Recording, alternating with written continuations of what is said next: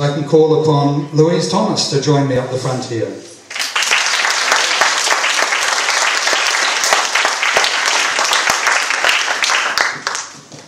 You try that one, Louise. Just make sure that it's working right. Good evening, everyone. I didn't need to find my bit of paper again. Right, okay, we're underway. Louise, tell us something about yourself. In particular, let's focus on your Irish background to get started, shall we? Okay, so I've got great-great-grandparents from both my father's side and my mother's side. From my mother's side, on her father's side, I've got a great-great-grandfather from County Armagh, and then a great-great-grandmother from County Kerry, from Tralee itself, so that's pretty special. And I've got, on her mother's side, I've got a great-great-grandfather from County Antrim. And then on my father's side, I've got great-great-grandparents from County Armagh as well. I'm impressed by the memory, to be... Sorry, I forgot one important detail. My brother lives in Dublin. So. And your brother, okay. That's very impressive. A lot of Irish connections there, and impressively great as well. Now, you're a pharmacist. Yes, I am. And when we talked last year, Louise has done this before, when we talked last year, you were working at the hospital in Otago, but now you're back at studying, is that right? That's correct. And you're doing some research. So tell us what that research is. Yes, so I just finished up at Southland Hospital, so that was a pretty neat experience to be down there working with the patients, but I've decided to go back to university to do a postgraduate certificate, which is the step in between going on to do a PhD for me. My research is focusing on an antibiotic in babies, so it's called gentamicin, which they give to neonates with early onset sepsis, so if they're born with an infection. So it's going to be quite pertinent to everyone in society if you go on to have children. So I'm just currently waiting for my ethics approval to come through. I know it sounds a bit gibber-jabberish to everyone. Ethics to have children? No, ethics requires, because it's a study on humans, I've got to meet certain criteria. But as I just found out tonight, Trisha's friend Emma is on the ethics committee. She was just reading my application today, so hopefully I won't have long before I can start my data collection. Excellent, excellent. So is that what lies behind the comment in your entry form about making a difference? Tell us how you hope, plan, intend to make a difference.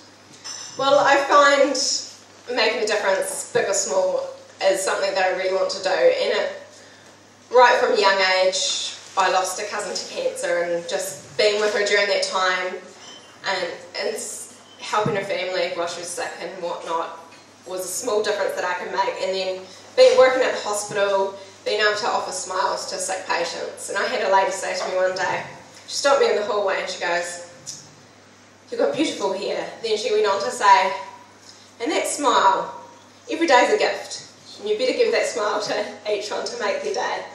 And so from there, and I see research as being a part of making a difference. Like, it might only be a small difference to certain people, but it's in the background and it's still making a difference. And hopefully, through some of the research in the neonates and paediatrics that I plan to do, it will make quite a big difference to the future of our young generations. And she does roll her R's beautifully, doesn't she? Now, somebody mentioned it before. You're in the territorials. Yes. Rank of? Second lieutenant. Second lieutenant. Lieutenant? Lieutenant. Lieutenants American. Right, and we're definitely not. But you're also a platoon commander. You're a bit bossy, huh? I am a little bit bossy, sometimes. So, what does being a platoon commander involve? Well, I'm part of the medic corps, so I'm the platoon commander for the Otago and Southland medics.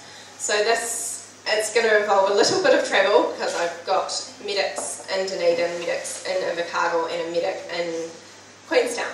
So it involves me liaising with Christchurch and the big bosses up there and working out the focus of training. I've got to plan all the training for the whole year, including exercises, so that includes weekend exercises that we've got to go away.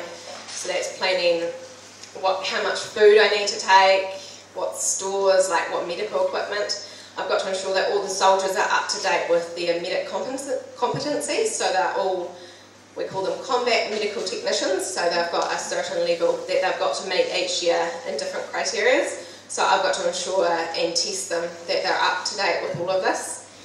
So it's a lot of work. But not practicing marching drills and things like that? A little bit, but I'm able to delegate some of that. Okay, all right. And I mentioned in passing that you've done this before. You entered the Rose contest last year. I did. For Southland. For Southland. Why did you enter again? Why put yourself through all this again? Well, I had such a great time last year, and it's a special opportunity that you don't often get in your life. And because there's certain criteria you've got to meet between 18 and 27, and you've got to be young and single, I thought, why not give it another go when I've got the opportunity, and I know I'm going to be in New Zealand for the next wee while, whereas we're planning on, me and my partner are planning on travelling in the next year or two, so it might be my last chance. I thought, why not? Why not indeed? It's such a wonderful time. So. Oh, excellent. And it's lovely to have you here again. Thank you, Brian. So, you're planning on travelling in the near future? Yes, hopefully. Okay, so we will assume, because I'm sure it's correct, that you'll travel to Ireland. Correct. So tell us whereabouts in Ireland in particular you plan on going, and why those places? Well, my first stop would be Dublin, to stay with my brother Sam. Him and his partner have an apartment there, so they've got a spare room. So free accommodation, yeah. The lodging step.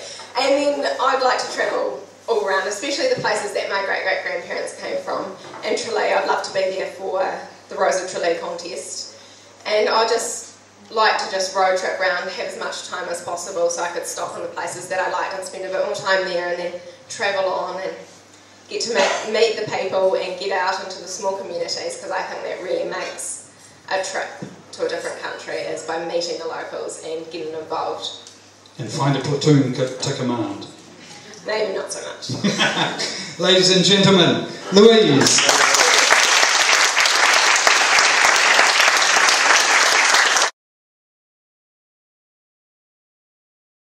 Performance, before you launch into your dance, I'm going to ask you about a dozen, 15 either or choices. In fact, you probably remember them from last time. No, you don't? Oh, maybe I didn't do that last time. Woohoo! Right, you're in for a treat then. So, quick fire, either or, choose one each time and tell us what the answer is. You ready? Mm-hmm. Okay, Dan Carter or Thomas Abercrombie? Dan Carter. You don't know who Thomas Abercrombie is, do you? No. He's a basketballer, don't you? Alright, never mind. The Cause or the Cranberries? The Cranberries. Riverdance or Chicago? Oh, that's a tough one. Riverdance. Hurricanes or the Crusaders? Canes. Yes, think about where you are. Marmite or Vegemite? Vegemite. Colin Farrell or Robson Green? Colin Farrell. Holden or Ford? Ford.